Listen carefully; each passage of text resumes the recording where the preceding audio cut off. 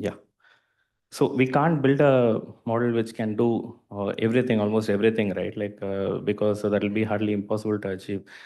And so how we are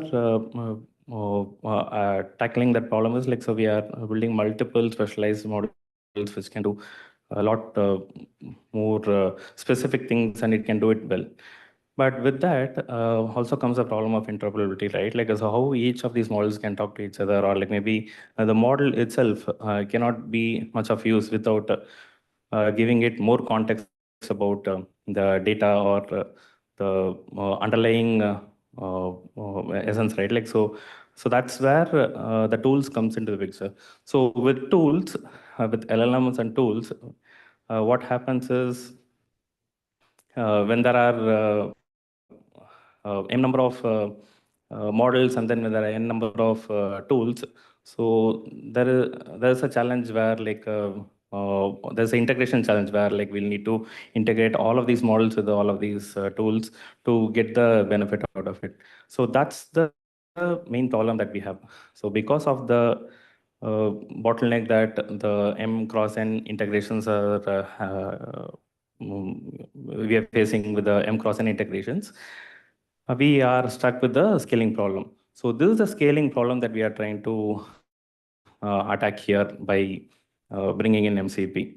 So overall, so I had to answer this question. So why is it building a truly intelligent AI system is not any single system can achieve everything and all the things by itself, right? Like, so we need to integrate it with multiple other systems or other uh, agents or other LLMs. So for us to make much more meaningful use of the system itself. So that's where this interoperability problem comes in the picture, and that's why we are here at the stage of MCP. So yeah, so that's the bit of outline about why we are tackling this problem, or why is this a problem that needs to be solved.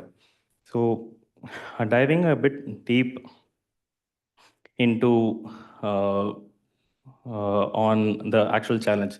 So why is scaling AI?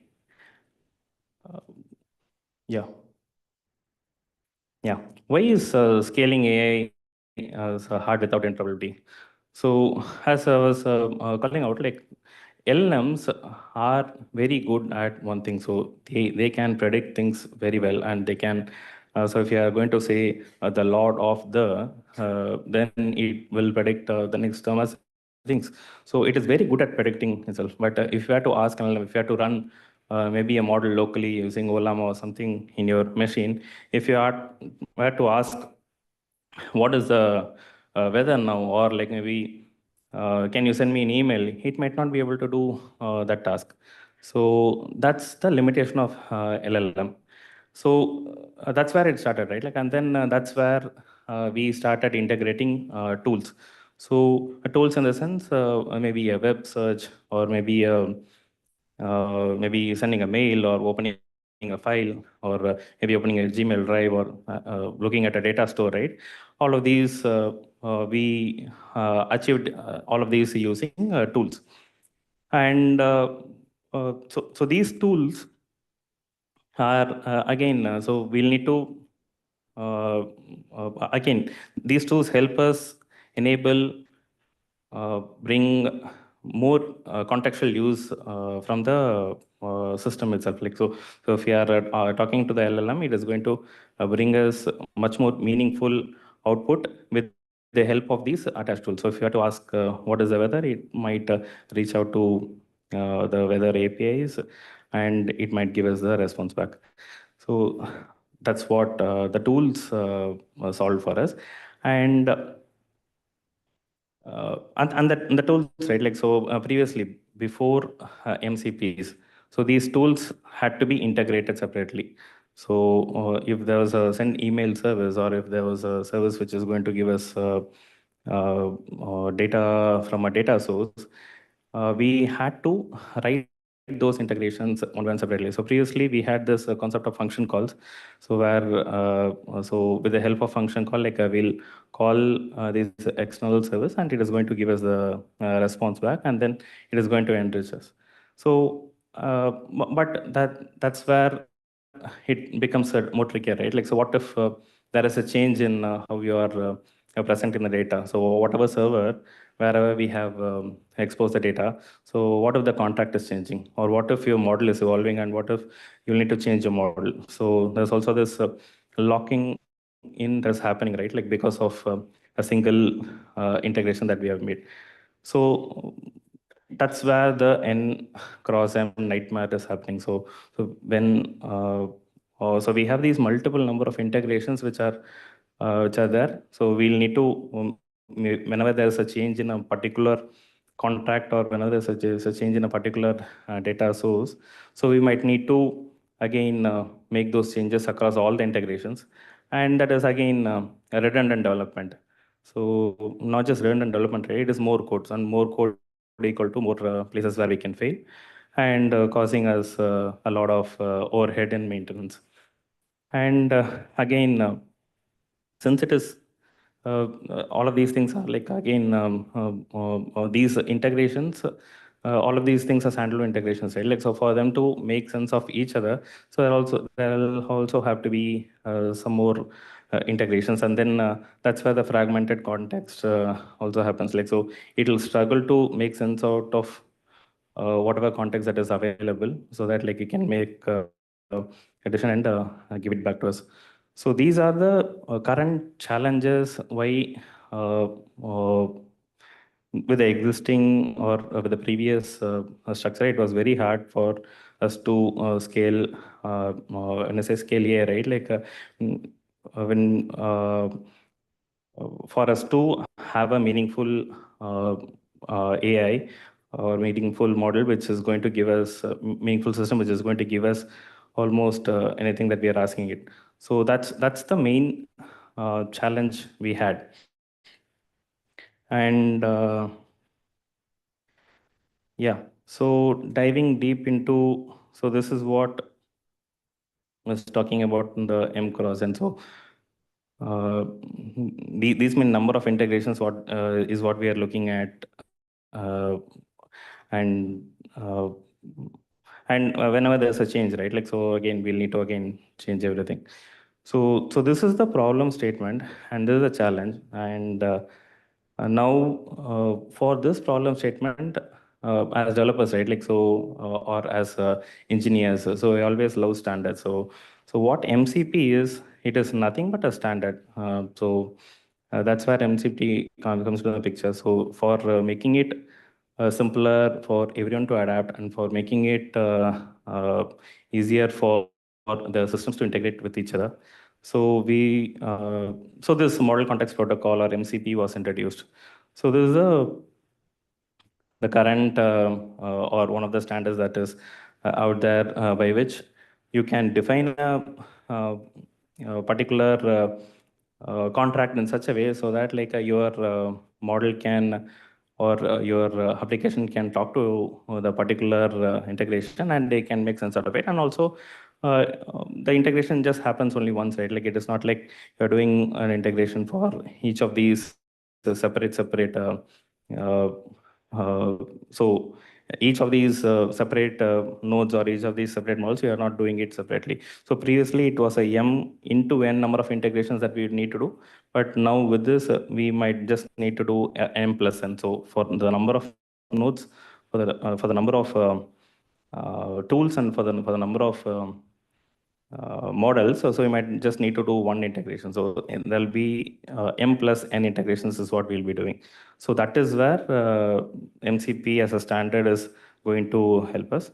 And how it is achieving it. So if I had to quickly show you a picture on how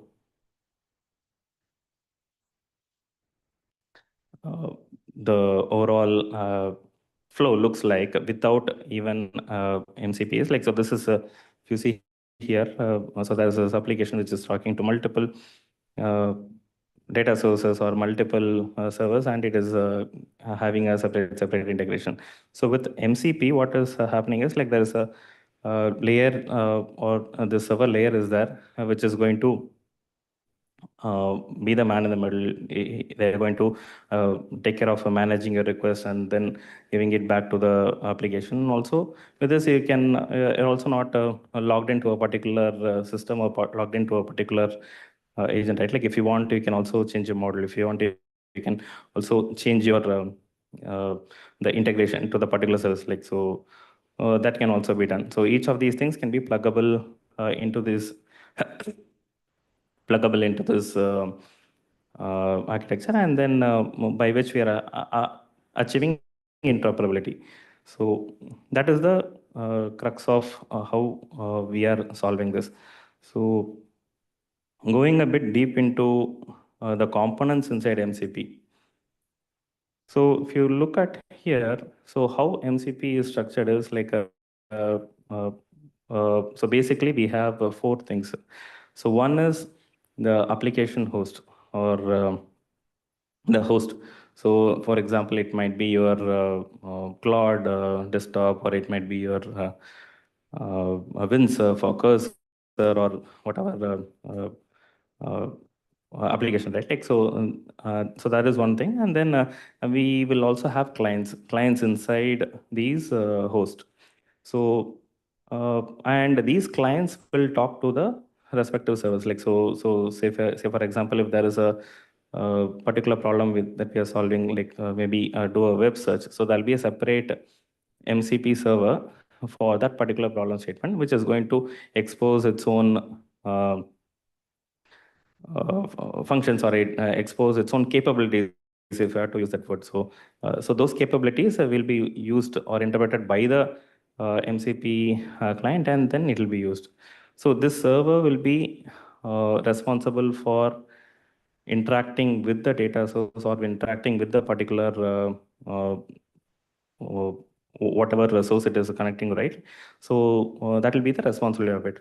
And with this also, like we are shifting the onus from the developers. Like say if we were to previously do something like this, right? Like so the developer who's creating this particular application, so they will need to do all of these hardwaring themselves. So but with this, right, like so we are shifting the onus onto the service providers themselves. So if we are maybe exposing a service like maybe Git as a service, or like maybe AWS as a service, or maybe file system, right? Like we are asking these service providers to come up with their own service. So shifting the onus to them, so that like whenever something changes in their APIs, right? Like so if suppose they are changing from contract A to contract B, then they'll be able to make those changes in those particular servers, which are again integrated into our systems, right? Like so that's how the onus is also changed. So we can still focus on focusing on our application and our host, and focus on the problem that we are solving. But these external integrations, again, these can be something that the community or the respective service providers they manage, and they are able to maintain it. So that's another one of the um, important benefits of this kind of architecture, right? Like where the server is separate, and also you will be able to interact again, like so this client, right? Like it will not just interact with just one server. Like so for each and every problem, or each and every type of integration, so there may be multiple servers. Like so here in this example you're seeing here, right? Like so there is for the internet we have a separate server, or like maybe for files and Git there's a separate specialized server, and for maybe picking the data from your database, maybe Postgres or whatever database, right? Like so there may be a separate server that might be defined. And inside these servers, like we might be so these servers might expose their capabilities. So like send email, or like maybe fetch weather or get alert or whatever, right? Like they might be defined, these servers will be defining those capabilities, which will be registered onto the host application, and then it will be used. So that's how this whole flow works. Going a bit deep into like the last bit I was telling, right? Like, so how in MCP, so far these are the components, and we understood how MCP is solving the problem of our integration, how it is bringing us interoperability, how it is bringing us standards, and also how it is helping us reduce this overall bottleneck of bottleneck whatever we are facing, right? Like, uh, uh, so that's the overall MCP architecture. So diving a bit deep into how this is done is, so this is how able to see it clearly? Yeah. So this is how a typical interaction would look like. So whenever that there's a host, right? Like, so whenever the host is started, like it just registers the client, and the client asks for the capabilities. Like, so let's say you have integrated a Postgres MCP server, and then maybe one from the AWS and another from for the file system. Let's say we have integrated that, right? Like, so all of these servers are registered onto so these are registered, and these capabilities are discovered by our particular host. So and then so whenever we asking a question, right? Like, so to our AI, it is going to think, and it is going to check if we have any capability which can match, or which will solve this problem with one of the capabilities, right? Like, so it is going to think about that, and then uh, whenever it feels okay, there is a capability which can solve this problem, it is going to again create the request in the particular format for the particular server, and it is going to hit that request, and the server is going to look into the system, and it is going to fetch the maybe data, and it is going to respond back with the whatever response, and that is going to be interpreted by our host, and it is going to give back the result, right? And let's say, like, maybe if there are more number of hops that are needed, that might also be possible. So this is how the interaction overall works. And if you see here, there's also a loop, right? Like, so once it is initialized, it keeps on running on this loop, and yeah, also there is a way in which these streams are also hinted. So basically, two things happens here. One is the discovery of the capability, and then based on the need, the request is sent to the server, and the server sends back the response, and it is the response is used. So, for example, if we were to let's say ask the question of how's the weather like in Chennai or something like that, right? Like, the model would not have um, uh, that kind of information. But this kind of a service would have been registered onto the particular host. So then it will call this function. Maybe the API might look like something like if we were to expose our weather API, like we might have something like a state slash maybe the date, and then you might have something like that. So it will format the request in that particular format, and then hit it, and then get back the response, and show it back to the user. So that's how the interaction works. And with this, right, like, remember previously, like, we are also saying that there will be multiple number of servers. Uh, so what that also means is not, we just don't need one server which is doing everything, right? Like, so there might be multiple specialized servers which are just doing, which are specialized, or which are dedicated to just one particular important thing, and it does it well. So uh, that's one of the key things here. So, and a bit about if I were to bring another analogy, right? Like, on this overall architecture, like, so if you look at it, like, so can't in a typical scaling problem, like either we'll scale it vertically or we'll scale it horizontally, right? Like so uh, in this context, like scaling vertically is like providing more context onto the model and then like uh, making it much more capable to do respond each and everything, right? But with MCP, maybe the analogy what you can think is like how we can do it horizontally, like so how we can like maybe keep on adding more and more capabilities in the form of MCP servers, and then by which our model can do more number of things. So that is one good analogy that I was thinking of. And yeah, I think that's the bit on the overall architecture. So any questions so far, or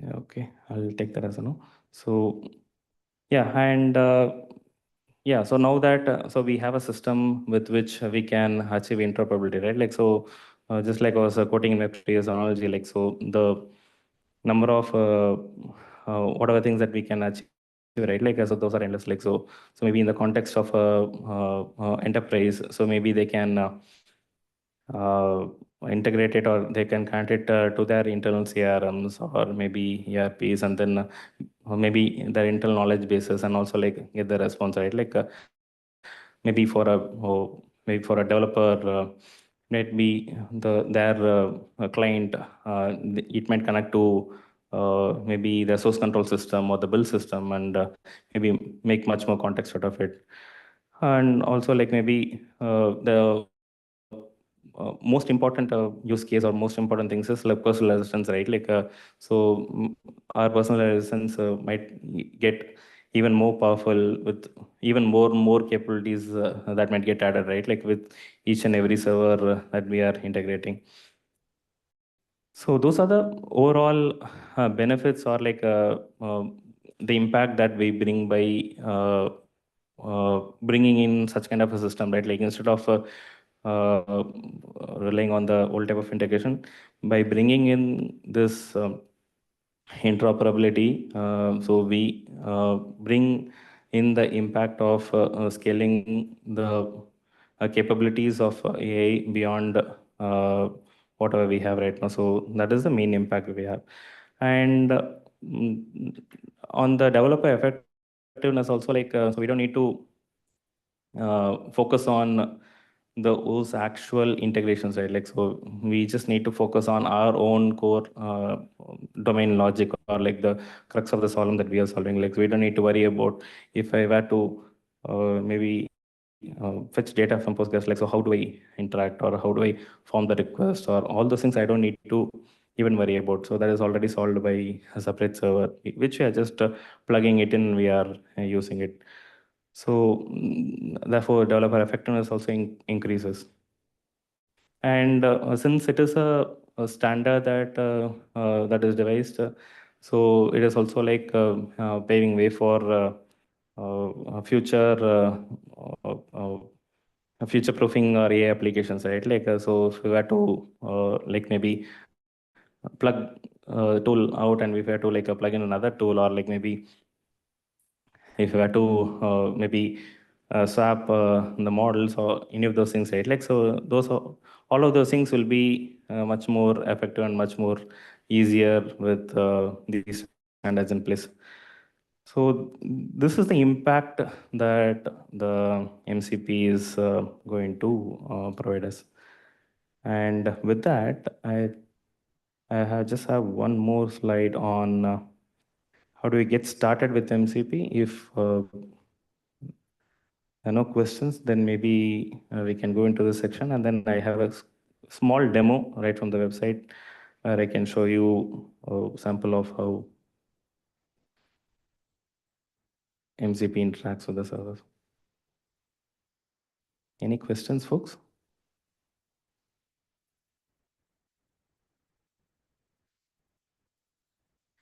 Cool. So we'll continue. So to get started with MCP, right? Like, so as a these we spoke about these three components or four components, right?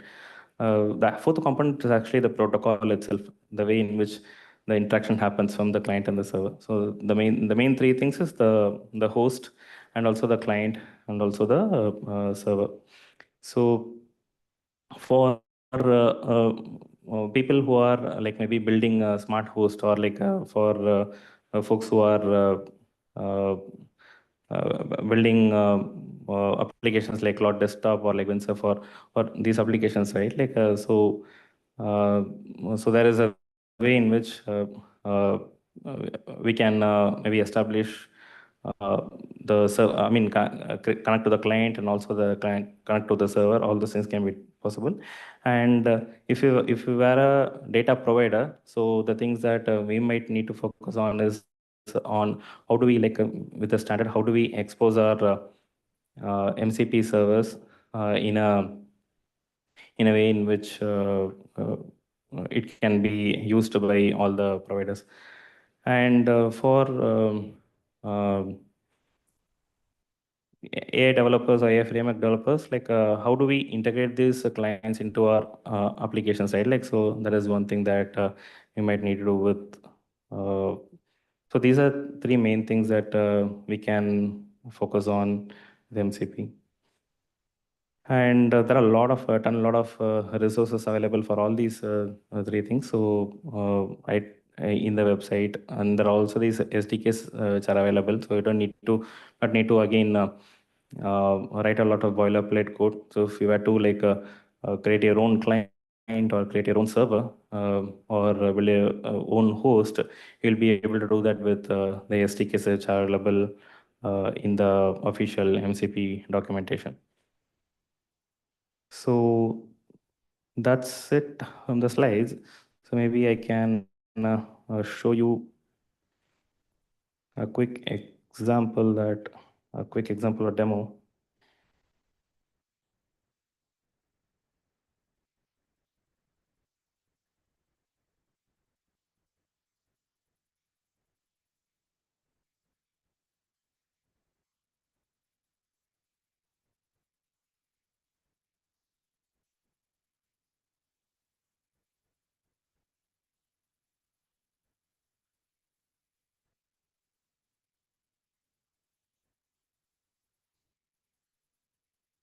Just a minute.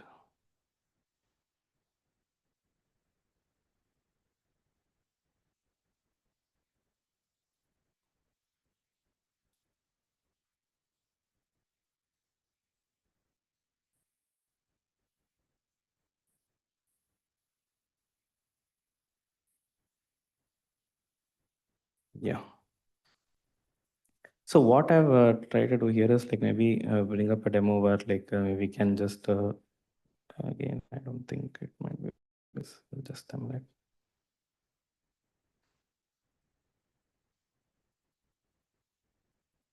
Yeah. So this is just an example right out of the website. So just try to create a MCP server with the very minimal thing, right? Like, so what it is currently doing is it is just uh, exposing two capabilities. So one for maybe to get alert, or another one to get the forecast from the weather uh, uh,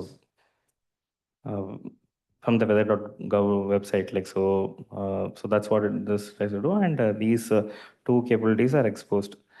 So this is our basic MCP server. This is how it would look like. So, and if you see here, right, the mcp.tool, so this is in Python. So so this is how we are saying that this particular get alert as a capability, all those uh, uh, for the implementation side, like, so we'll not need to care about. And so this server, what we might need to do is like, let's take an example of Claude. Like, so if we were to go to Claude.ai, and then like maybe ask something about what is the whether like, yeah. So if you see here, right, like, uh,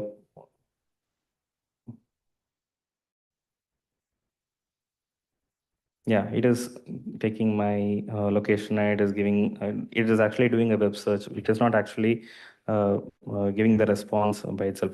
So that's how it is done. But if we were to do that in just a minute, let me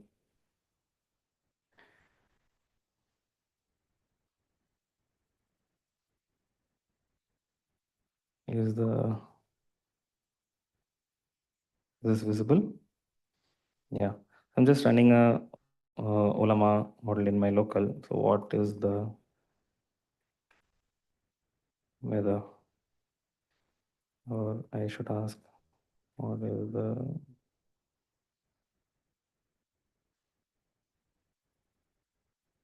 yeah, if you see here, right, like, just asking DeepSeek R1, so it says, it politely refuses, saying, I can't provide you with this information. And it tries to like maybe interpret and with whatever data that it has, right, it tries to give that answer. So it just gives us a range. Like, so all these data are trained. So that's why it is giving us this answer. So if you had to ask something, maybe can you send an email?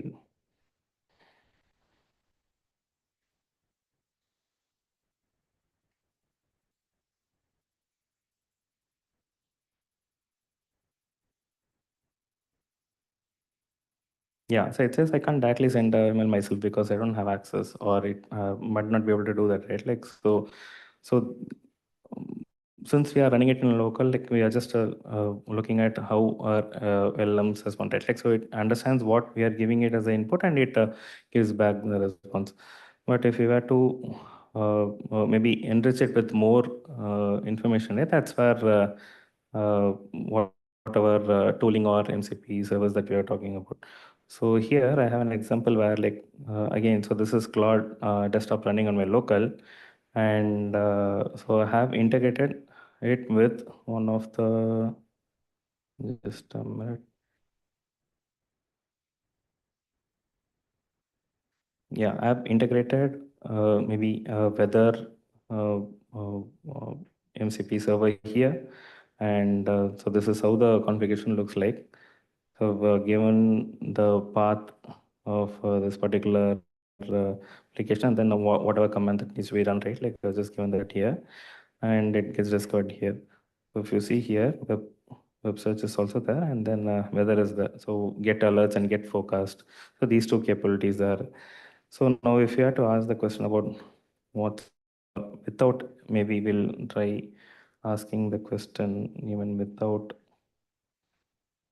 what's the weather like in New York?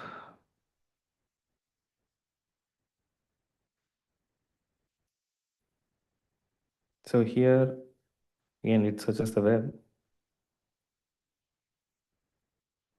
Yeah, now we can enable our tools.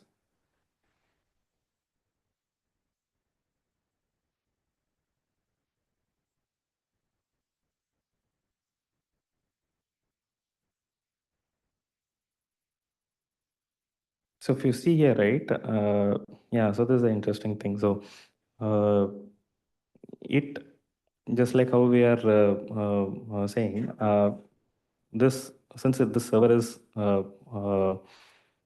discovered, or like the number of capabilities are registered onto the client, right? Like, and so the AI understands that, okay, there is a weather or get forecast capability that is available, which I can use to get this information. So that's why it is asking us permission for running or contacting the weather forecast. So I'm going to allow it once. It is taking the lat and long, and then it is getting the response. If you see here,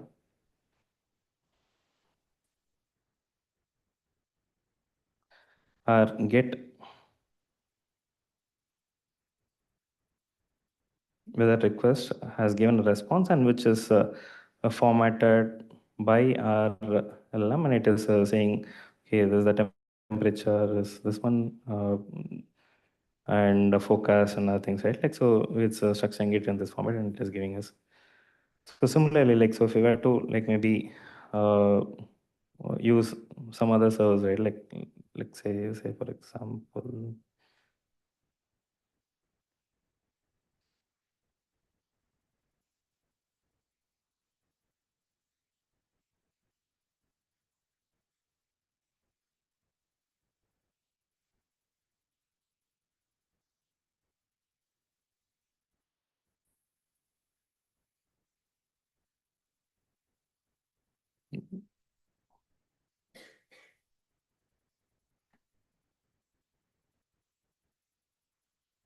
just a minute.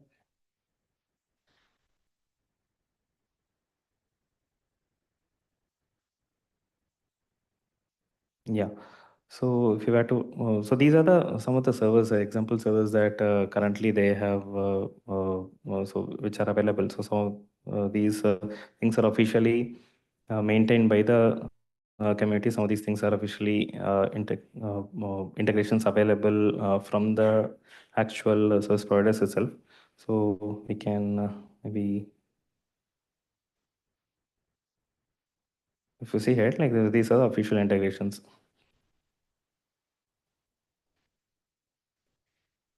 So there's something for AWS, something for Axiom, Azure. And if you have to take an example, I'll just open Heroku or, yeah. So they are going to provide us context about what are the capabilities that it is giving. So if you see here, right, like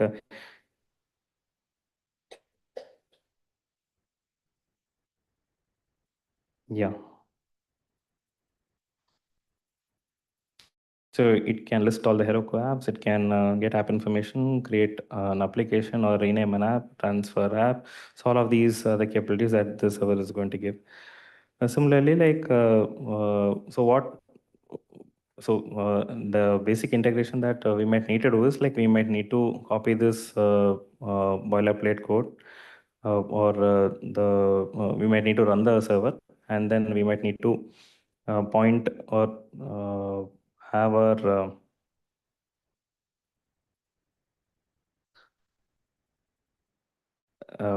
our host configuration, right? Like, so in this case, I'm showing you a Claude desktop configuration. So you might just need to throw in these servers and then give it that permission to run.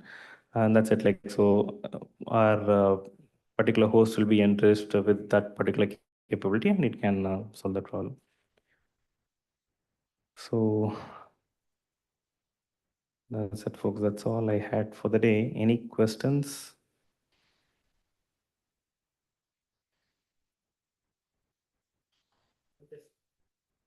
Yeah. You said to solve some bottleneck this HTTP came over. So what is the bottleneck the MCP which you are facing? Bottleneck. That's an interesting question. So again, so there are these so multiple aspects of that, right? Like, so say for example, so it is still in the very initial stages. Yeah, it is still under these initial stages where this has been rolled out. So there might be problems on the lines of security, so which they are still looking into on how we can provide the right information to the right set of people. So even if you look at the Postgres implementation, right, like so they are just providing the capability to just view the data. So those are the limitations, or like those are the things that are there. Like, so how we can, because of the power that we are enabling, right? Like with which we can just talk to another server and then we can get all this information. So with that, we'll also need to look about security and how securely we are giving this information, and also on the lines of traceability on what information it is, how the information is used, all those things are there. So these are things that are actively looked upon by that. And also these things are also listed on the future roadmap on how MCP is looking to take it forward.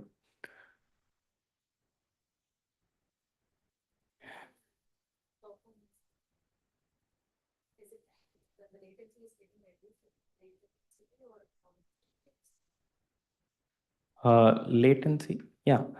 So what it is solving is like it.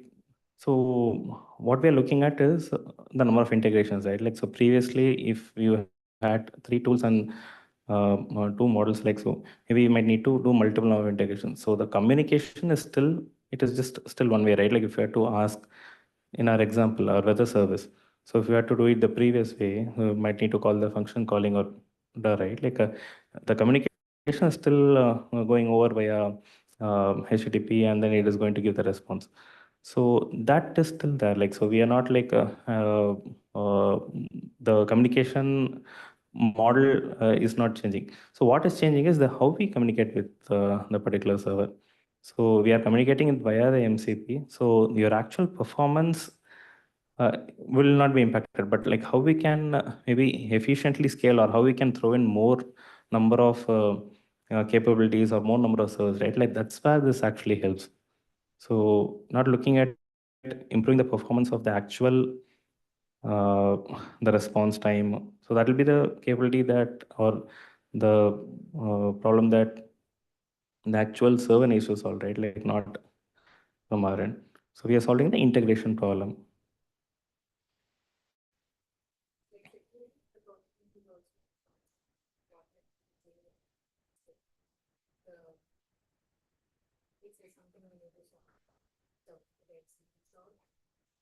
Yeah. So performance again, like say again, like so this capability is discovered. Like so if Ian is going to ask a question about like what is the weather, it is going to think, and it is going to like maybe leverage the service. So for leveraging the service, it is going to directly hit the API. It is not the MCP as a server is registered. So if you see here in the slide, so if you see here in the slide, initially, right, like when you boot up, the capabilities, all those capabilities from the server, they are registered. So if you have just one weather service, this get alert or get forecast, this capability is registered. With that capability, right, like it is going to form that request, and it is going to form the request in the same format. So previously, if you were to call the API something like this, right, like just like how I was showing in the example, get maybe a post call, and then state name slash date or whatever, right? You're still going to hit the same API, but the route changes, right? Like so how you landed on to that particular API, how to use that, right? Like that's where the change is. So the actual usage of the API itself is not going to change.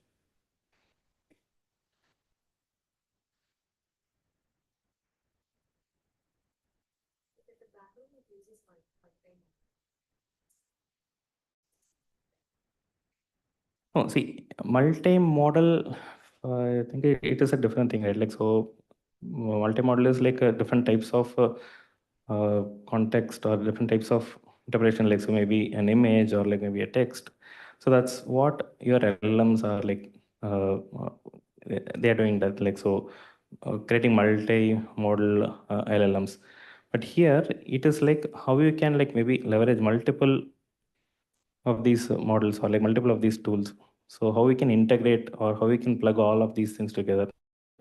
So that's what MCP is solving. MCP is just solving the integration problem, where like if we have again m number of models, and if we have n number of tools, so how do we reduce the number of integration? That's the main core problem that it solves. So you can all ask, right, like so if we are so advanced in creating themselves, so why don't we have a 9-man Jarvis kind of a assistant yet? So that is something that like again, like so with these kind of the answer to that is like not creating models which are like which can do everything by itself, right? Like not creating one super model which is going to do all the things. So how we can like maybe have multiple different models which specializes whatever they are doing, and then how we can bring all of them together with interoperability and enrich the response. So that's what it is. So multi-model is different, and then what MCP is solving is a bit different.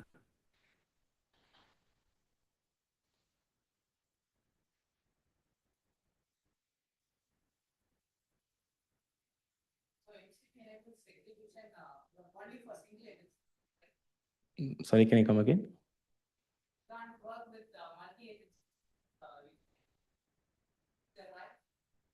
I'm not sure. I need to check on that.